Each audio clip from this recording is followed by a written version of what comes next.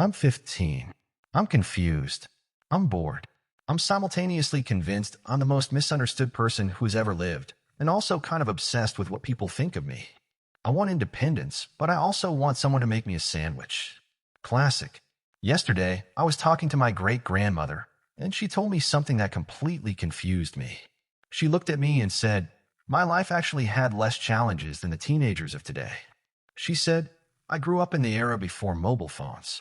In fact, the first mobile phone I ever saw was the size of a Marine VHF somewhere after 1980. There was no internet in my teen days. We entertained ourselves by meeting in groups socially with loads of friends, neighbors too. We lived near a hotel, and my sister was a good friend of the daughter of the landlord.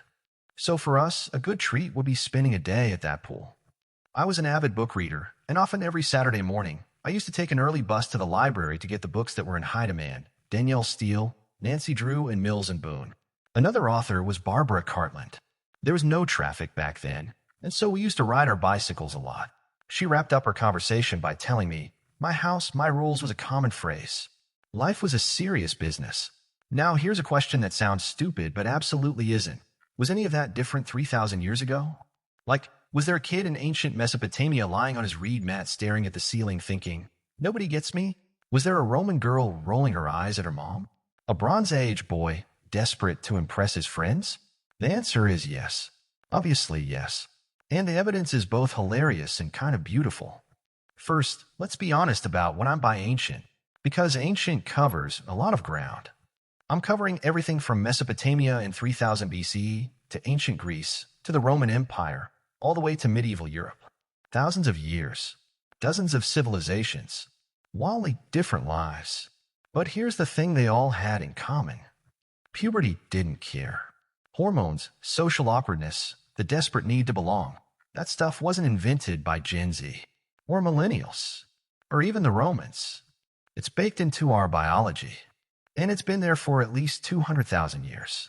So let's actually go back. Way back. In 1938, archaeologists digging through the ruins of ancient Babylon unearthed a cuneiform tablet dated to roughly 3,800 years ago. On it, a Sumerian teenager had written, and I want you to really feel this, a letter to his father. He was complaining that his dad wasn't sending him enough money for clothes. He wrote, and I'm paraphrasing, "My friends all have new garments. You send me nothing. I am embarrassed." 4,000 years ago. Same energy, different outfit. And it wasn't just fashion anxiety. A Roman teenager named Appian, separated from his family, working a low-level job in the military, sent a letter home to his dad around 100 CE. It opened with, "I hope you are well," then immediately descended into asking for money. There is a direct line between Appian and every "Hey Dad, can we talk?" text ever sent. So I'm thinking, why is the teenager experience so universal? Here's where it gets interesting. The human brain isn't fully developed until around age 25.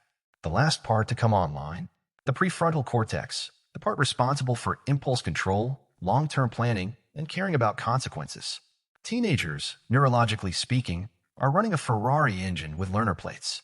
They feel emotions more intensely than adults. They're more sensitive to social rejection. They take bigger risks. And here's the kicker, evolution did this on purpose. Adolescence is the window where humans are supposed to start separating from their families, forming peer bonds, testing identities, and figuring out where they fit in the social hierarchy. In ancient times, this wasn't just emotional drama. It was survival infrastructure. If me or my friend got rejected from peer group in ancient Sparta, we might actually not make it. If you impressed the right people in ancient Rome, you could land an apprenticeship that determined your entire life's trajectory. The stakes were real, which made the awkwardness even more agonizing. I'm getting concrete, because this is where I'm getting genuinely wild. In ancient Rome, most teenagers weren't in school. Formal education ended around age 11 or 12 for most families. By 14 or 15, I'm working. Apprenticed to a craftsman, helping in the family business, or if I'm unlucky, doing backbreaking agricultural labor from dawn to dusk. In ancient Egypt, boys as young as 14 were being trained as scribes, soldiers, or priests. The training was brutal. One papyrus from around 1200 BCE literally describes a teacher beating a student's back like a donkey to teach him discipline, which we can all agree is a slightly more aggressive version of a teacher confiscating your phone. In ancient China, Confucian texts from around 500 BCE described teenagers as a stage requiring intense moral shaping. Young people were expected to study, practice rituals, and demonstrate filial piety. Basically, respect your elders or face the consequences. Sound familiar? It's a universal parenting strategy that has survived every single civilization. But here's what gets overlooked in all of this. Even with all that pressure, even with the labor, the rules, the beatings, teenagers found ways to be teenagers. Roman graffiti recovered from Pompeii includes teenage boys boasting about athletic victories, insulting rivals, and yes, writing about crushes. One wall reads, "Successus, the weaver loves the innkeeper's slave girl." In medieval Europe, young people played games, formed gangs of friends, sneaked out, fell in love, wrote poetry. A 14th-century English boy named Thomas Hoccleve wrote about his youth with a kind of theatrical self-pity that would get millions of TikTok views today. Here's the thing I always get wrong about history. I treat ancient people like they were proto-humans, less evolved versions of us. People who existed before feelings were invented. But that's not what the evidence shows. What the evidence shows is that identity formation, that desperate, exhausting, embarrassing process of figuring out who you are, is one of the most ancient human experiences there is. Psychologist Erik Erikson called adolescence the stage of identity versus role confusion. He developed that theory in the 1950s. But the experience he was describing, it's on that Babylonian clay tablet. It's in Pompeii's graffiti. It's in Thomas Hoccleve's poetry. The specific context changes. The platforms change. The clothes change, thank God. But that core ache, the need to matter, to belong, to be seen, that doesn't change. Because it's not cultural. It's biological. We are a profoundly social species. And adolescence is when that fact hits you like a freight train for the very first time. Every generation rediscovers it. Every generation thinks they're the ones who truly understand how hard it is. And every generation is kind of right. So, back to you, sitting there, watching this video, maybe procrastinating on something, maybe wondering whether anyone actually understands what's going on in your head. Here's what 3,000 years of evidence wants you to know. You are not a new problem. You are the latest version of one of humanity's oldest and most persistent experiences. That Roman kid Appian, bumbling through his first job and missing home, he made it. He wrote another letter. We found it. That Babylonian teenager embarrassed about his clothes?